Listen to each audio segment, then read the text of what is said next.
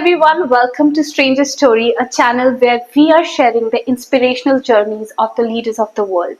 As you all know that we have started the series of Women Breaking Barriers, we have with us a very special guest. We have Bisman Arora, the CEO of Excel Career College, the one who is a leader in the education industry and also an example for the youth of today. So thank you so much, Bisman, for being on the channel today. Thank you, Falak, for that great introduction. I'm so happy to be here. So, Bisman, we would really want to know your personality, your experiences, your challenges, and everything else that came along. So, we will start with your childhood. Were you always thinking of becoming a CEO of a college, or what was your dream when you were a kid? I actually wanted to become a criminal lawyer. The reason I took Bachelor of Arts in Criminology and SFU is because I wanted to go on and do law after that.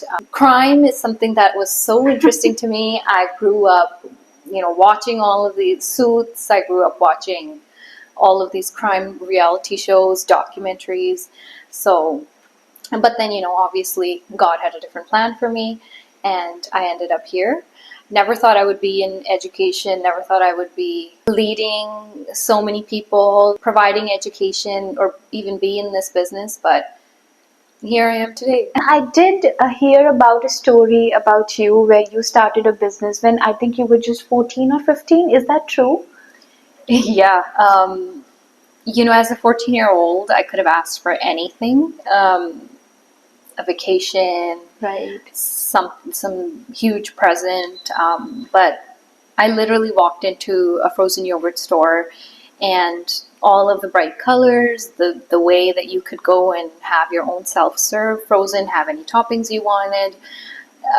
That business model really stuck out to me, and then I went home and filled out the franchise form and literally asked my parents for a franchise. And to my surprise, we got an email back and it had been accepted. So long story short, that process, I was only 14, I had to, the initial phase of excitement, oh my God, I got this, I get to own a business, I'm going to be the only person 14 years old.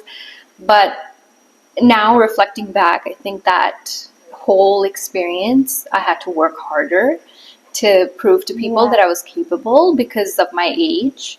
The food industry is dominated by men, so because of my gender, and even to my employees, just having to work hard to prove my capabilities, developing that network with headquarters, with vendors. So all of that showed me, and now when I reflect back, it really tells me that it's all because of that experience from 14 years old up until now. So when Excel was brought forward and I got the opportunity to acquire, I knew I was ready, I was committed, I was devoted because I had all that leadership experience at such a young age. So that's something that is really a big achievement. That is actually a big achievement. I was just thinking about myself. What was I doing when I was 14? I don't have any answer because it's so funny. But then I, out of curiosity, what were your other friends doing at that time? Like the friends that you knew? To be honest, I don't remember. Because you were so much I was so busy. Yeah.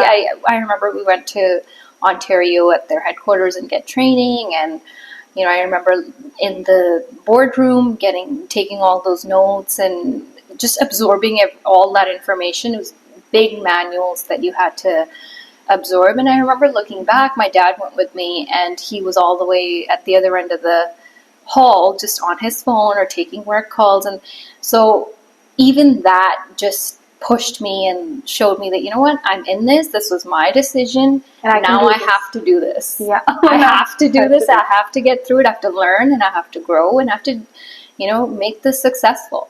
So that's your secret sauce. Now you are the CEO and you are there. You're where something that you never dreamt of. There must be a top secret, or maybe I should say, the secret of success or mantra of success that you would like to share with the audience if somebody, is not sure about what their aim should be and, how to go about life. So what's your secret? I think I'm the type of person, whatever life brings me, I never turn my face away and walk the other direction just because I have my own ideas. I always think that there's a hidden meaning or a hidden opportunity in something, and I really think that when life brings you something and when there's a door that's opening for you, that the least you should do is give that opportunity a chance and explore it. Amazing. I always find myself exploring anything and everything that comes my way. And most of the times, not every time naturally, but most of the times I find that it brings me something good. Yeah. And it's the way that I can grow, and more and more things keep coming, and it's really about using that opportunity to your benefit and how you can use that to empower others, to grow as a person, to grow your business. Absolutely. And that's something that I really live by. I think that's a nice takeaway. That if there is a door, open it, go ahead, explore, and then maybe you see what's there in for you. Yeah. And it won't always work out, but Yeah. at least you have that peace of mind knowing that you did everything and you at least explored what came to you. Exactly. And you're so young, and then you have achieved this much. And I'm hopeful that in the near future we're gonna see you rise and shine. But I'm again sure that you might have faced some challenges on your way. So is there any story, sometimes you want to share it to, inspire others? So a personal or a professional story about your challenge and how you overcame it.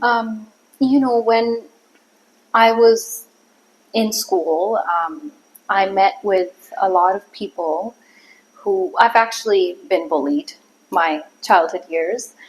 And I really think that taught me to look inside, to look inwards deeply, and to understand what strengths you have. What are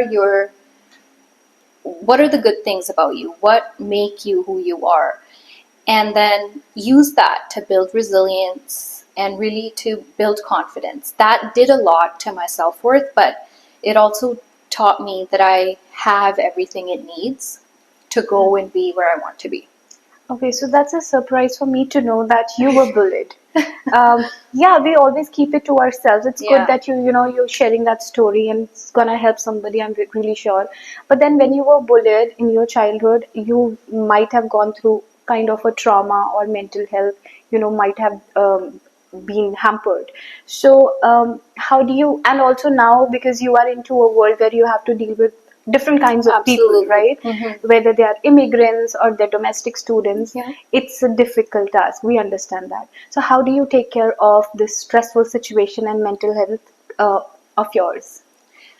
Like I said, I think obviously I had people around me who supported me, my parents, my siblings, my teachers in school. But I think if I had to give it to someone, I would really give it to myself, because it kind of pushes you, and for me, it pushed me to look inside and to reflect and to see why is what's happening to me, why is that happening?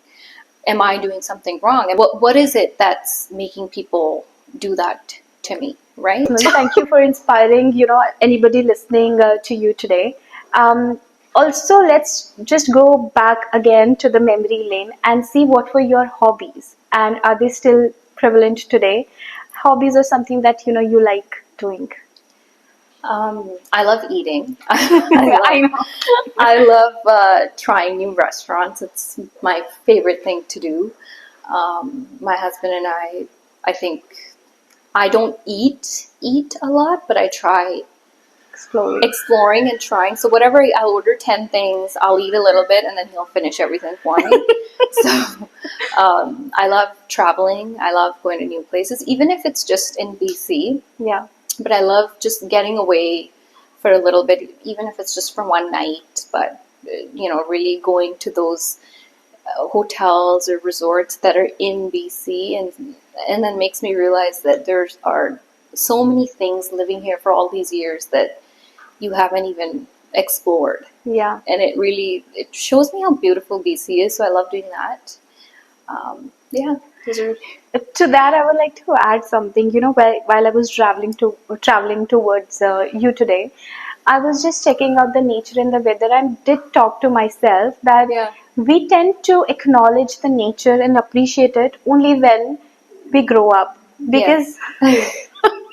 there's a lot of Well, stress and now we want to run away from it. Yeah, well, now especially too, because like my younger brother, he's 14 years younger than me, and he's like when we were little, we barely had phones, Oh yeah, iPads, computers. Now, when I look at him and he's got phones, everything. laptops, and everything, so I really have to force him sometimes. Like, no, you need to go outside and play basketball. You need to go Yeah. outside and bicycling or do something. Yeah, I think you're so right on this. But then, as a society, I don't know what exact measures we are taking or we should be taking. But then Yeah. that's a reality, and that directly impacts our mental health. Mm-hmm. Unknowingly, we're just destroying things Yeah. for ourselves, right? Yeah, I think as parents, I'm not a parent, but parents should push their children to spend at least a couple, hours a day outside in the nature. Yeah, And nature has its own way of bringing a level of peace that I don't think anything else can, at least for me. yeah, I Yeah. get you. I get you. And it's a blessing that we are in Vancouver, which is Absolutely. beautiful.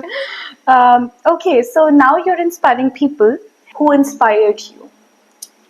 My dad was the person who I always looked up to.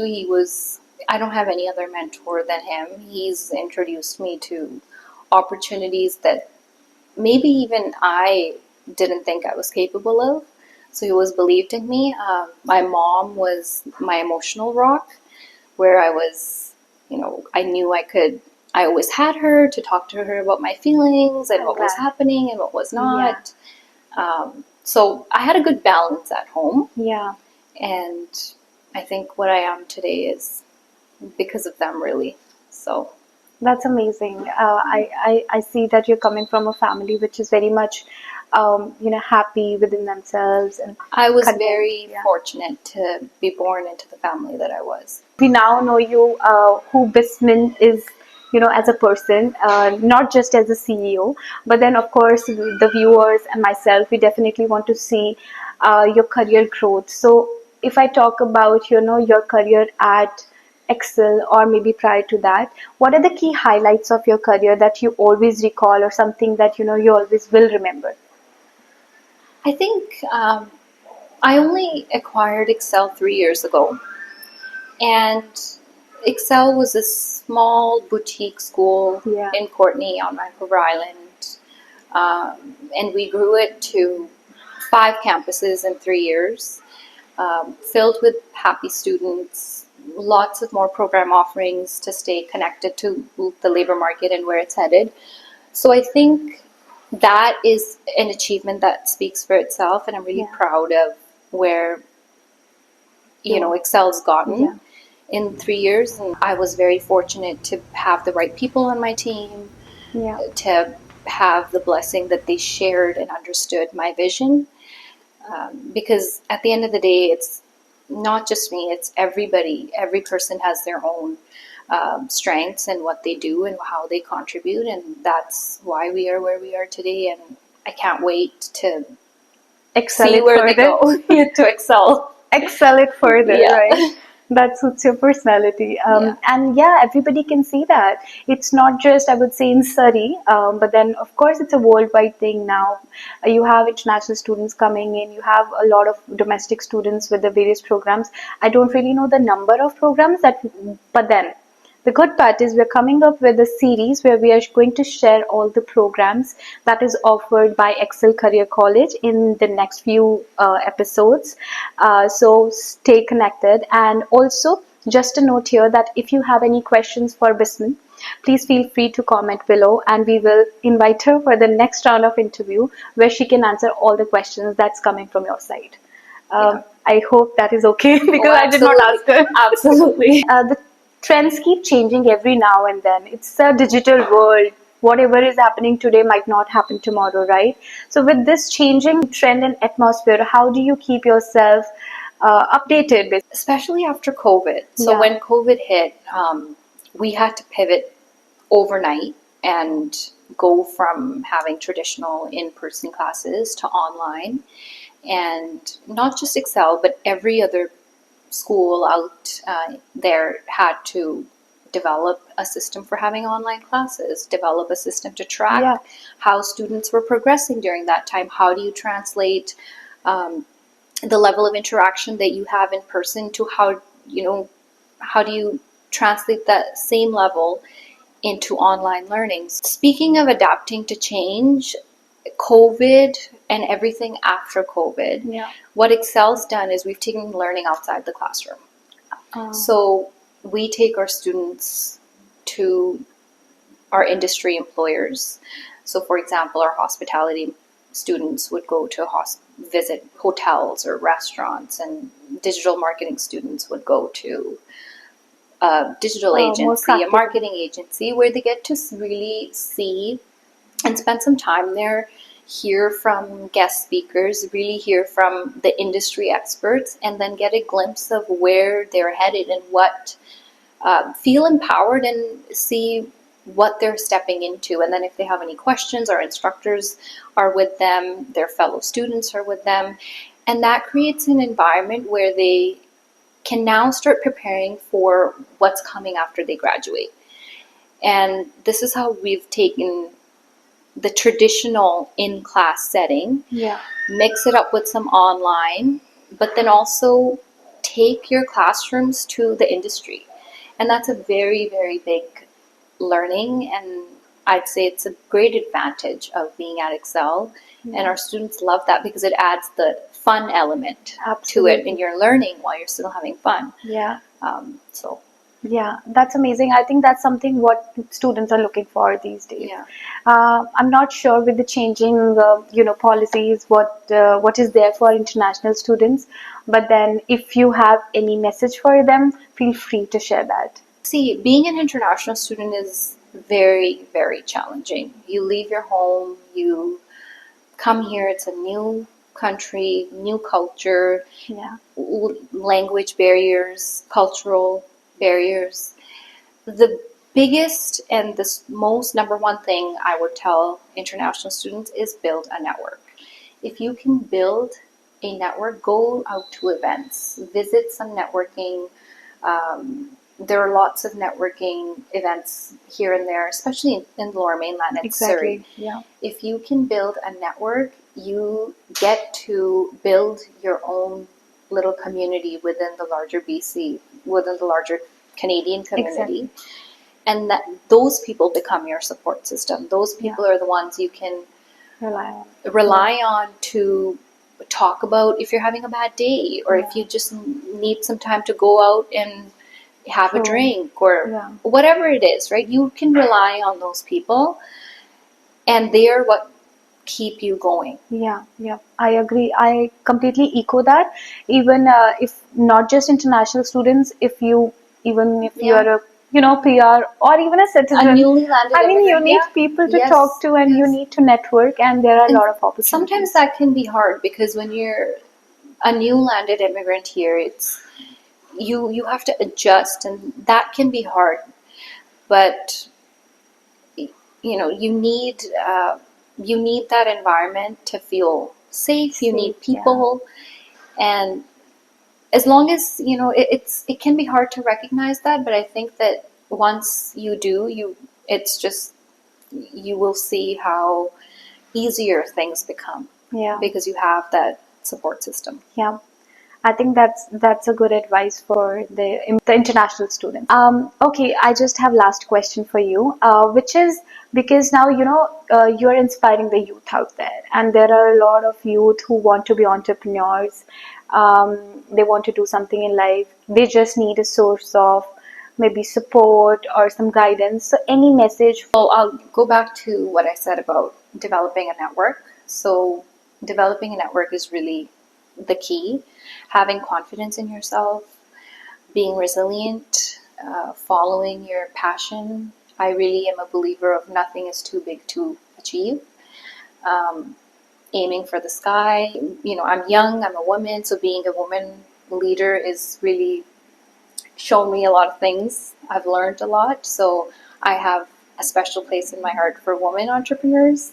Amazing. And I think if as you grow and you build that network, you seek mentorship, but at the same time, if you can be that mentor for other people and open doors for other people and take them along with you and grow together, and build a community where everybody is thriving and doing well, that is my key message.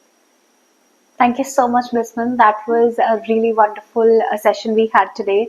I'm sure that it's gonna help at least one person, and even if That's enough. that's enough. Even if we help one person, maybe more, that's the hope. But then the purpose is solved. Yes. We definitely gonna have you for the next round with all the questions that the audience have, and stay tuned to watch the complete series on Excel Career College. Thank you, Thank Bisman. you. Thank you.